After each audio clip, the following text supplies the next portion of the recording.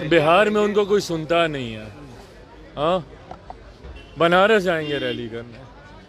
भाई जो मुख्यमंत्री बिहार की जनता को बिहार की जनता ने जिनको अस्वीकार कर दिया हो, वो सोचते हैं कि दूसरे राज्य की जनता उनको सुनना चाहेगी। और अगर वो बनारस जाएंगे, मुझे बताएं ना क्या लेकर जाएंगे वो। बनारस पूर्वांचल में ही है, बिहार और बनारस कोई बहुत दूर दूर तो है नहीं। क्या बनारस के लोग नहीं जानते कि मुख्यमंत्री नीतीश कुमार जी ने बिहार में क्या किया है? हकीकत है, आप जाकर देख लीजिए बनारस को।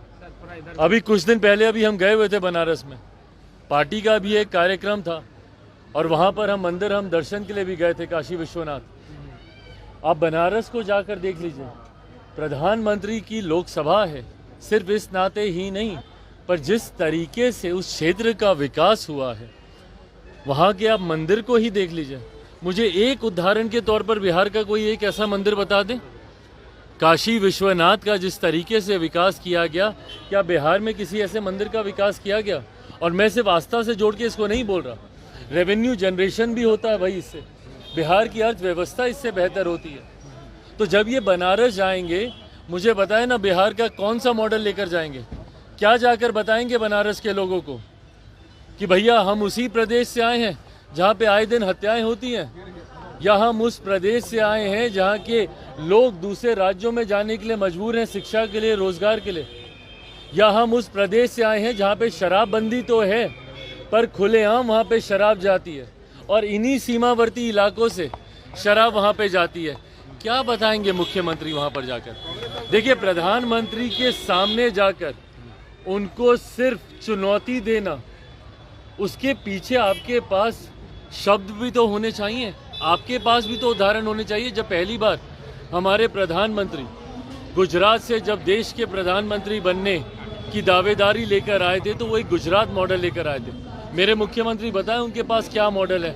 सिर्फ वहां पर जाकर उनके सामने अपनी बेइज्जती कराना, ये उचित नहीं है ना। कांग्रेस के सांसद के घर 300 करोड़ ईडी ने छापे मारे। बताएं यहाँ पे बिहार कांग्रेस के लोग, ये लोग जो बहुत विकास की बातें करते हैं, ईमानदारी की बातें करते हैं, हाथ कंगन को आरसी किया, ये तो सामने सामने की बात है ना, इसको तो झुटलाया नहीं जा सकता।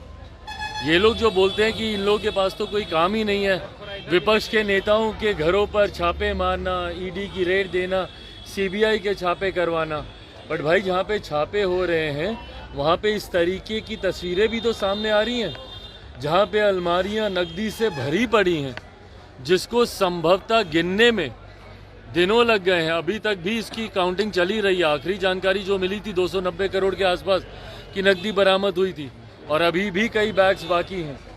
तो ऐसे में बताएं कांग्रेस के नेताओं को इन बातों का जवाब देना ज़रूरी है।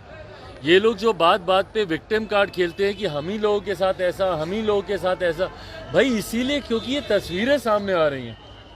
बताएं कांग्रेस के नेता कि भाई ये तस्वीरों को क्या वो झुटला सकते हैं? जवाब कांग्रेस के नेताओं को देना होगा और बिहार कांग्रेस को इस बात का भी जवाब देना होगा कि जब नए मुख्यमंत्री जो इनके तेलंगाना के बने हैं और वो बिहारियों के डीएनए पे सवाल उठाते हैं, इन तमाम बातों का जवाब देना बिहार कांग्रेस, क्या वो इनको स्वीकार करती है? राहुल जी जब भारत जोड़ो यात्रा पर निकलते हैं और संभवतः चर्चा हो रही है कि दूसरा चरण होगा, दूसरा चरण ईस्ट टू वेस्ट या वेस्ट टू ईस्ट होगा, संभवतः इस बार वो बिहार भी आएंगे।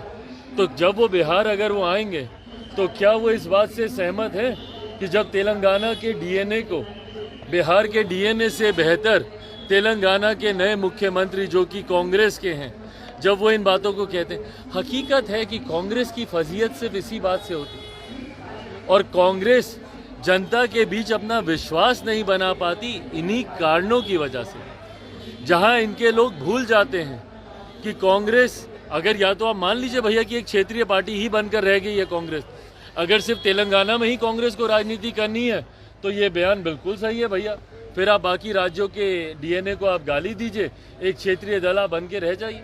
पर अगर आप एक राष्ट्रीय पार्टी हैं और राष्ट्रीय पार्टी अगर आप अपने आप को बनाए रखना चाहते हैं तो इस तरीके से क्षेत्रवाद नहीं चलेगा। अब एक राज्य को आप गाली देंगे और दूसरे राज्य में राजनीति करेंगे।